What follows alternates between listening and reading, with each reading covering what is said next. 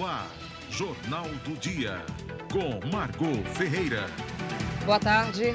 A CAERN suspendeu desde a noite de ontem o abastecimento das cidades de Jacari e Currais Novos. A medida foi adotada porque o açude Gargalheiras chegou a um volume que impossibilita a captação de água. Esse é um dos destaques dessa edição do Jornal do Dia, que vai mostrar também. Linhas intermunicipais deixarão de trafegar pela Avenida Salgado Filho a partir do próximo sábado. Criadores investem em fertilização in vitro para o melhoramento genético do rebanho bovino. Vereadores questionam o adiamento pela terceira vez do lançamento do edital para a licitação do transporte em Natal. E o ABC segue na zona de rebaixamento depois de ceder mais uma vez o empate nos acréscimos, desta vez contra o Luverdense.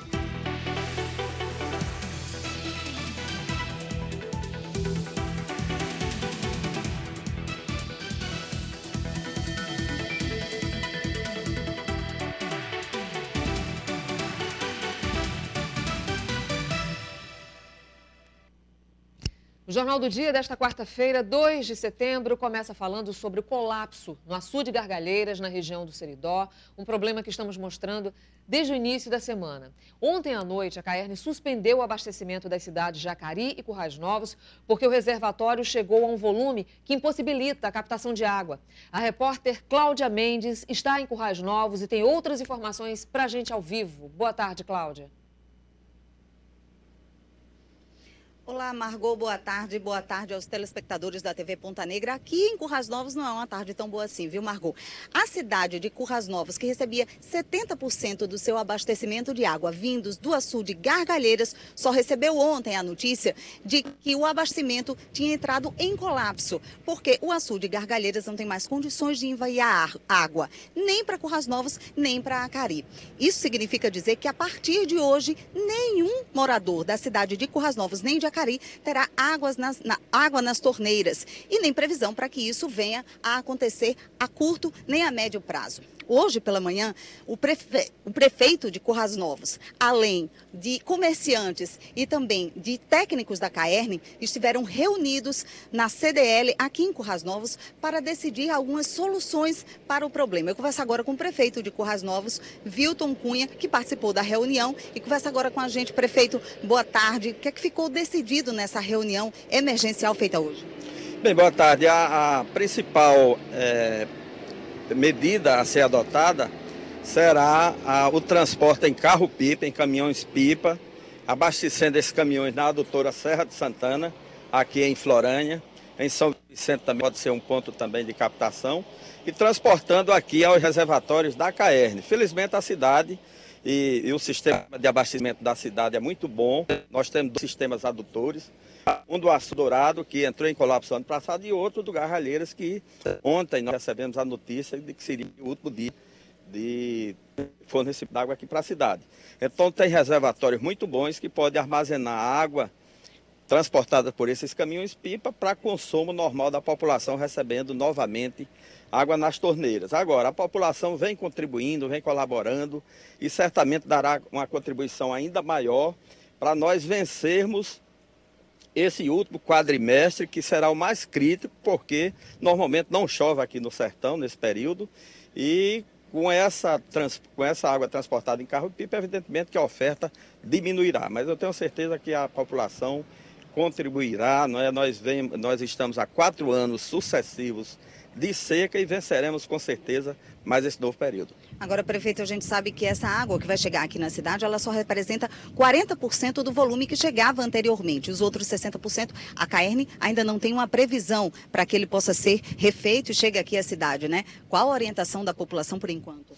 Evidentemente, a gente conta também com essa grande colaboração da população, para também economizar, gastar menos água, e dizer que o município de Currais Novos tem investido em parceria, sobretudo com o DENOX, com a própria CAERN, com o governo do estado, através da sua Secretaria de Recursos Hídricos, com o Exército Brasileiro, na perfuração e instalação de poços aqui na zona rural e agora na zona urbana. Então nós temos chafarizes já prontos, água nas torneiras desses chafarizes também para a população se servir. E vamos intensificar as ações, os municípios estão com extrema dificuldades, mas a gente conta com o apoio da população, com o governo do estado e o governo federal, para não deixarmos a população desassistida nesse momento tão crítico. Agora, prefeito, a gente sabe que uma adutora importante que traz água da Serra de Santana até aqui, Currais Novos, ela está com as obras muito lentas, né, quase paradas, e essas obras elas seriam essenciais para o fornecimento novamente de água aqui na cidade. Tem alguma previsão para que elas sejam retomadas por parte do governo federal? Olha, você se refere à adutora de engate rápido, que está sendo construída, né, pelo DENOX, uma obra do governo federal, recurso do Ministério da Integração. Nós solicitamos lá a Brasília, o governador, né, todos os técnicos do governo do estado, a bancada federal, todos, enfim, imbuídos do mesmo propósito de acelerar a liberação desses recursos para que essa obra caminhe com mais rapidez. Então nós precisamos urgentemente dessa adutora para restabelecer o fornecimento da água da população. Enquanto isso não chega, caminhões-pipa se servindo da adutora Serra de Santana, que serve a 6 municípios, a São Vicente, a Florânia, a Tenente Laurentino, Lagoa Nova, Serra Corá e Bodó. E certamente essas populações compreenderão o momento que é crítico e não deixarão faltar água aqui para Currais Novos, porque até o ponto de captação da água a gente precisa da solidariedade, do gesto, da decisão da CAERN, do governo do estado, mas também a compreensão dessas populações que vão já dividir a sua água, que já não é tão grande. Então, é a colaboração da população e ações, prefeitura, governo do estado, governo federal, através dos seus órgãos, para que a população não seja desassistida. Ok, então, prefeito, muito obrigada pelas informações. A gente volta a qualquer momento com novas informações sobre o colapso de água aqui em Currais Novos e também na cidade de Acari. Margot. Ok, Cláudia Mendes, muito obrigada pela sua participação. Daqui a pouquinho ela volta com outras informações. E o Ministério Público está investigando um suposto esquema de desvio de recursos do Instituto de Desenvolvimento Sustentável e Meio Ambiente do Rio Grande do Norte, o IDEMA. De acordo com os promotores, os desvios teriam somado 19 milhões de reais. Áudios teriam ocorrido entre os anos de 2013 e 2014. Os promotores e policiais chegaram por volta das 7h30 da manhã à sede do IDEMA em Natal. Apenas uma servidora do setor financeiro foi autorizada a entrar nas instalações durante a ação para que auxiliasse no cumprimento do mandado de busca e apreensão de documentos. A Operação Candeeiro, deflagrada pelo Ministério Público nesta quarta-feira, investiga a atuação de uma associação criminosa instalada na Unidade de Finanças e Contabilidade do IDEMA para o desvio de recursos públicos. Segundo o apurado pelo Ministério Público, os valores desviados do IDEMA, cerca de 20 milhões de reais, foram repassados a empresas que não possuíam qualquer tipo de contratação com o órgão. Isso sem qualquer registro no Sistema Integrado de Administração Financeira do Estado e sem informar o fato ao Tribunal de Contas. Segundo as investigações, o então diretor administrativo, com o auxílio de servidores, utilizou ofícios de pagamento para transferir dinheiros de contas do IDEMA em benefício próprio e de terceiros. Mais da metade dos recursos desviados vinha de uma conta oculta, aberta em março de 2013. De acordo com o Ministério Público, 5 empresas beneficiadas com o esquema ilícito já foram identificadas e todas eram vinculadas a funcionários do setor de finanças e contabilidade do órgão. Na operação foram cumpridos ao todo 27 mandados de busca e apreensão, 10 mandados de condução coercitiva para esclarecimentos e 5 mandados de prisão temporária nas cidades de Natal, Mossoró, Parnamirim e Santana do Mato.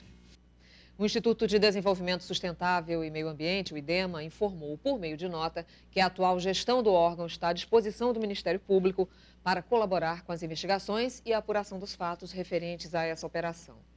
E a Polícia Federal deflagrou hoje uma operação para combater o armazenamento e a distribuição de material pornográfico infantil pela internet.